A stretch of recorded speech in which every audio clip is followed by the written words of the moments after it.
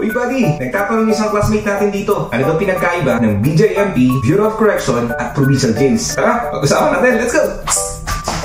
So una, mas magandang pag-usapan muna natin kung anong Office of the National Government ang nangangasiwa sa bawat isa. Alam mo ba na ang BJMP at Provincial Jail ay under ng Department of the Interior and Local Government? On the other hand, ang Bureau of Correction po ay under ng Department of Justice. The DILG exercise supervision and control over provincial and sub-provincial jail through provincial government under the Office of Provincial Governor. Tama, si Gov po ang nag-a-appoint ng personnel at the same time nangangasiwa sa provincial jail na nasasakupan niya. At the same time, the DILG exercise supervision control over district, city, and municipal jails through as the DJMP. On the other hand, the Department of Justice exercise supervision and control over national prisons or national penitentiaries or mga pambansang piitan po through the Bureau of Correction. And we only have 7 functional correctional institutions under the supervision of the Bureau of Correction. So tingnan natin kung yung 7 na yun.